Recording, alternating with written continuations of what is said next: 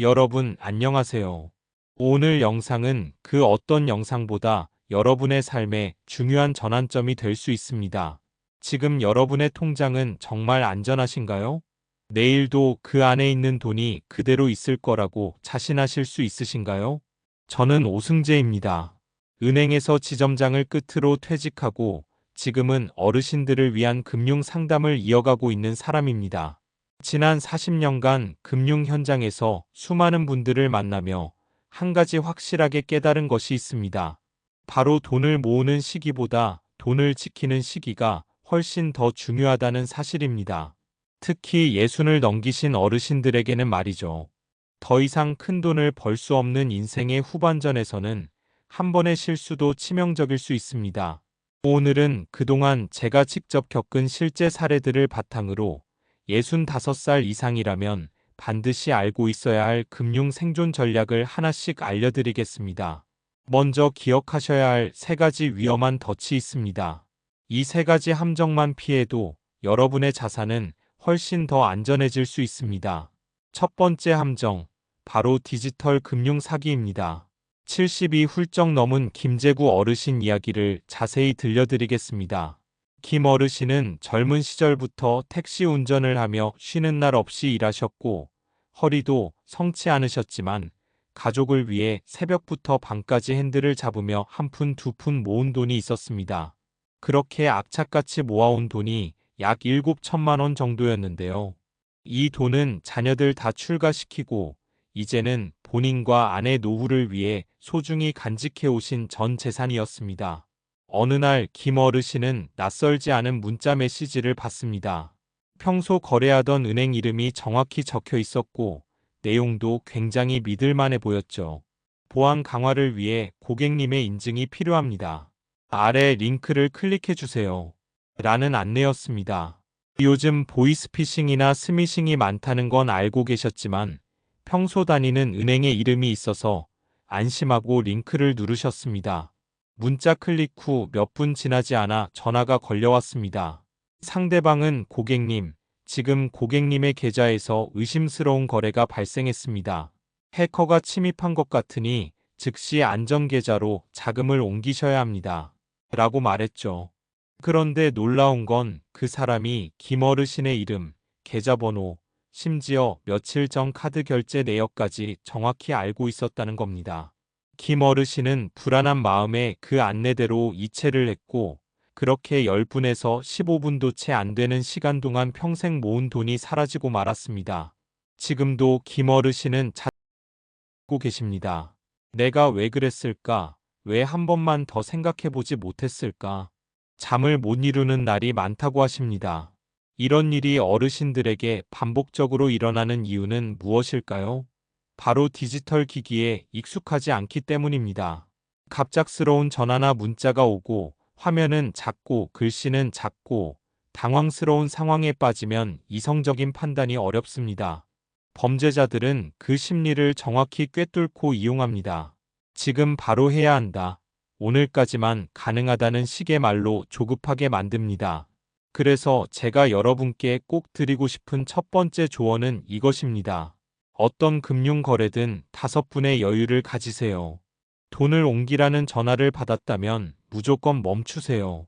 최소한 5분에서 10분 정도만 기다리시고 자녀나 친척 혹은 평소 의논하시는 분에게 꼭 전화해서 확인하세요.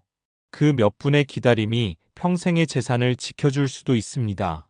그리고 요즘은 거의 모든 은행 앱에 이체 한도 설정 기능이 있습니다. 하루 이체 한도를 50만 원 정도로 낮춰두는 것도 좋은 방법입니다. 만약 정말 급하게 많은 돈을 보내야 한다면 직접 은행 지점을 찾아가서 처리하시면 됩니다. 조금 번거롭고 귀찮게 느껴질 수도 있지만 안전을 위해서는 그 정도 수고는 충분히 감수할 만한 가치가 있습니다. 두 번째 함정, 노년층을 위한 맞춤 금융 상품이라는 말에 숨겨진 위험입니다. 제가 은행에서 근무하던 시절 정말 자주 마주했던 장면이 하나 있습니다. 연세 있으신 고객님이 지점으로 찾아오셔서 이렇게 말씀하십니다. 지점장님, 저는 이제 나이도 있고 큰 욕심도 없으니 그냥 안전한 상품 하나만 추천해 주세요. 이 말이 나오면 대부분의 직원들은 연금보험이나 원금이 거의 보장된다고 소개되는 금융상품을 권유하곤 했습니다. 겉으로 보기엔 친절하고 정직한 상담처럼 보일 수 있지만 문제는 그 말에 숨어있는 단어 하나 때문입니다. 바로 거의라는 단어입니다. 이 단어는 겉으로는 안심을 주지만 실제로는 어떤 것도 확실히 보장하지 않는다는 뜻일 수 있습니다. 한경자 선생님은 60대 후반에 정년퇴직을 하신 중학교 교사셨습니다. 평생 학생들을 가르치며 성실하게 살아오신 분이셨고 퇴직과 동시에 받은 1억 원의 퇴직금은 노후 생활의 든든한 버팀목이자 마지막 자산이었습니다. 선생님은 이 돈을 잃지 않으면서도 조금이라도 수익이 나면 좋겠다는 바람으로 은행을 찾으셨습니다. 당시 상담을 맡은 직원은 친절하게 말했습니다. 이 상품은 원금은 거의 보장되고 매달 일정한 수익 어르신들께 아주 잘 맞습니다. 말만 들으면 믿을 수밖에 없었고 선생님은 큰 고민 없이 가입하셨습니다. 그런데 몇 달이 지나고 나서 실망스러운 사실을 알게 되셨습니다. 매달 들어오는 돈은 있었지만 거기에는 각종 수수료와 보험료가 포함되어 있었고 실제로 남는 수익은 너무 적었던 겁니다. 더 큰 문제는 중간에 해지를 하려고 하셨을 때 발생했습니다. 위약금이 3천만 원 가까이 발생한다는 안내를 받으신 거죠. 이 말에 선생님은 눈시울이 붉어지셨습니다. 내가 교사로 평생 정직하게 살아왔는데 마지막에 이런 덫에 걸릴 줄은 몰랐어요. 여러분, 금융상품을 선택할 때 반드시 조심하셔야 하는 표현들이 있습니다. 거의 대부분 안전한 편 이 세 단어는 우리에게 안도감을 주는 말처럼 들릴 수 있지만 실제로는 법적인 책임을 회피하는 모호한 표현입니다. 즉, 원금이 보장된다는 말이 아니라 상황에 따라 손실이 발생할 수도 있다는 뜻입니다. 그러니 어떤 상품이든 반드시 세 가지 질문을 먼저 하셔야 합니다. 첫째, 원금이 정말 100% 보장되는 상품인가요?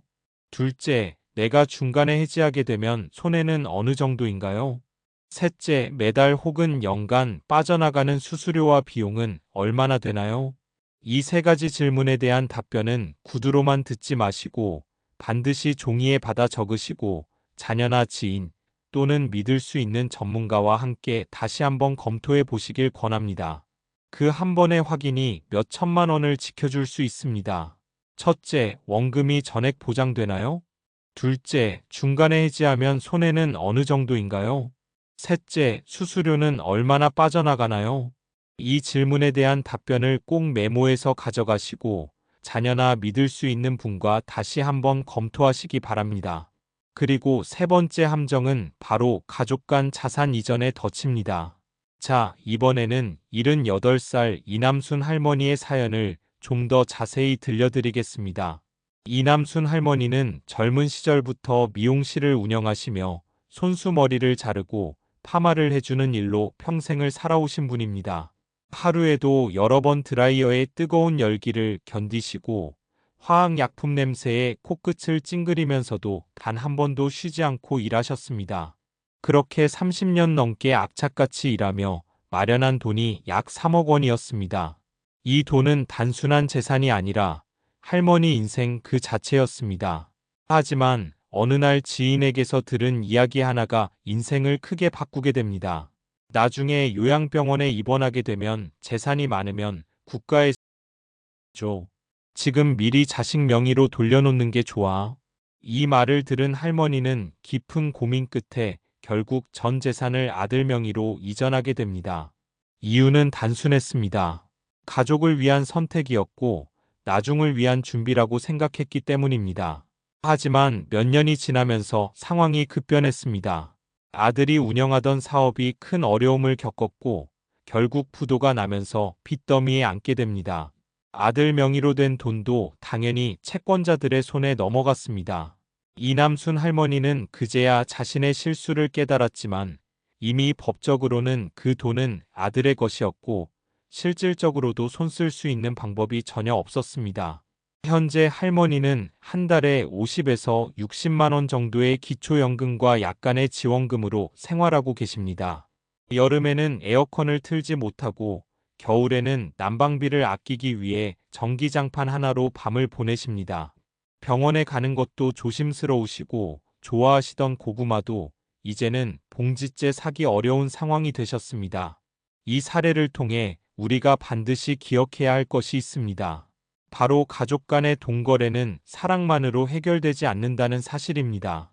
아무리 자녀라도 돈 문제가 얽힐 때는 반드시 문서로 명확히 해두는 것이 중요합니다. 특히 목돈을 주거나 빌려줄 경우에는 간단하더라도 계약서나 차용증을 작성하는 것이 오히려 서로를 지켜주는 장치가 됩니다. 76살 김기섭 어르신은 이 점을 잘 이해하고 계셨습니다. 아들이 창업을 하겠다며 5천만 원을 빌려달라고 했을 때 김 어르신은 조심스럽게 차용증을 작성하자고 제안하셨습니다. 처음엔 아들이 상처를 받았습니다. 아버지를 못 믿는 거예요? 라고 서운해했지만 김 어르신은 단호하게 말씀하셨습니다. 믿어서 쓰는 거다. 우리가 오히려 믿기 때문에 더 명확히 해두자. 그렇게 두 분은 간단한 계약서를 작성했고 몇 년 후 아들이 그 돈을 다 갚은 뒤에는 아버지 덕분에 책임감을 배웠습니다. 오히려 고마워요. 라고 말하며 진심으로 감사를 표했다고 합니다. 이렇듯 계약서와 문서와는 가족 간의 사랑을 무너뜨리는 것이 아니라 오히려 그 사랑을 보호해주는 울타리입니다. 혈육이라는 이름 안에서도 돈은 돈입니다. 감정과 분리해서 명확히 정리하고 서로를 더 오래 지킬 수 있는 관계로 이어지시길 바랍니다. 지금까지 3가지 함정에 대해 알아봤습니다. 그럼 이제부터는 어떻게 하면 우리 돈을 지키면서도 잘 활용할 수 있는지 노후 자산의 3단계 분리법을 알려드리겠습니다. 여러분의 돈을 3개의 통에 나누는 겁니다. 통은 생활통입니다. 앞으로 2, 3년 정도 쓸 생활비를 일반 예금 계좌에 넣어두세요. 수익보다는 언제든 꺼내 쓸 수 있는 게 중요합니다. 두 번째 통은 비상통입니다. 갑작스럽게 병원에 가야 하거나 큰 돈이 필요할 때를 대비한 돈입니다. 이건 다른 은행에 예금 형태로 보관하세요. 예금자 보호는 한 은행당 5천만 원까지라는 점도 기억하세요.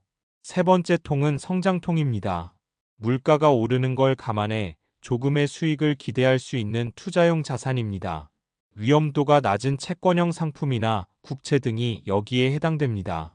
이렇게 나눠두면 어느 하나에 문제가 생겨도 전체 자산이 흔들리지 않습니다. 무엇보다 심리적인 안정감도 큽니다. 그리고 마지막으로 오늘 당장 할 수 있는 5가지 실천법을 알려드릴게요. 첫 번째, 금융위급 연락망 만들기입니다. 자녀나 믿을 수 있는 지인의 연락처를 휴대폰과 지갑에 기록해두고 이상한 금융 연락을 받으면 바로 확인 전화하기. 두 번째, 예금 분산입니다. 한 은행당 5천만 원까지만 예치하고 그 이상은 다른 은행에 나누어 넣어 예금자 보호를 최대한 활용하기. 세 번째, 자동 알림 서비스 활용입니다. 일정 금액 이상 출금 시 즉시 알림이 오도록 설정해두고 가족에게도 알림이 가도록 연동해 보이스피싱 등 피해 예방. 네 번째, 금융계약서 정리입니다. 모든 금융상품의 계약서와 요약 정보를 한 폴더에 모아두고 가족도 쉽게 확인할 수 있도록 정리해두기. 다섯째, 정기 점검일 지정입니다. 봄, 가을 등 정기적인 점검일을 정해 예금 만기 수익률 해지 조건 등을 꼼꼼히 체크하고 자산 상태 점검하기. 이 이외에도 위급 상황용 연락망 만들기, 예치금 분산, 자동 알림 설정, 금융계약서 정리 등 총 5가지 실천법을 성실히 지키면 노후 자산을 효과적으로 보호할 수 있습니다.